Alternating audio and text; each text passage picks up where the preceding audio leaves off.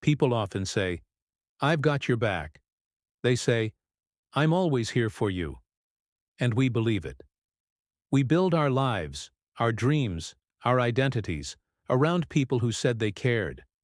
But eventually, life will teach you something no one prepared you for. No one is truly your friend. At least not in the way you imagined. Not in the way that your heart hoped for. Because most relationships are not built on truth. They're built on need, comfort, and timing. People are with you when it's easy, when you're fun, when you're useful, when you make them feel good, or small enough to feel superior. But the moment you grow, the moment you evolve beyond who they remember, they pull back, they question you, some even resent you.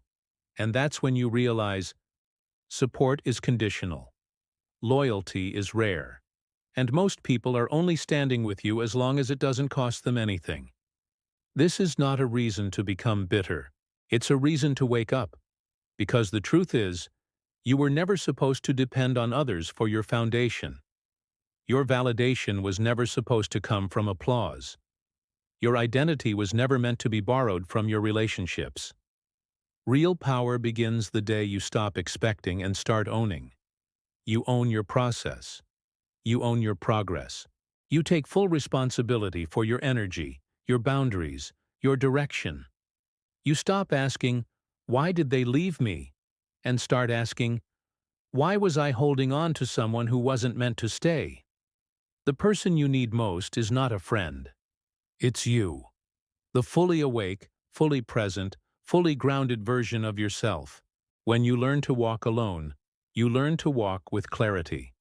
You learn that peace is better than popularity, growth is better than comfort, and integrity is better than company. You become harder to manipulate. You become immune to approval addiction. You stop chasing people who never had the capacity to meet you where you're going. And that is when your real life begins.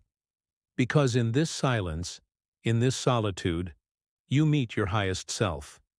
You discover that loneliness is not a punishment. It's preparation. Preparation for a life of purpose. Preparation for a mission that only you can fulfill. Preparation for prosperity, alignment, and greatness. So the next time someone leaves, let them. The next time they stop calling, stop checking in. Bless them and move on.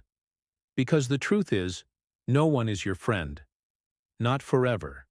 But you can be your own ally for life. And that's the only constant you'll ever need. When you become that, when you build that inner stability, you'll stop waiting for someone to believe in you. Because you already do. And that belief, that quiet, unshakable belief in yourself, will take you further than any friendship ever could.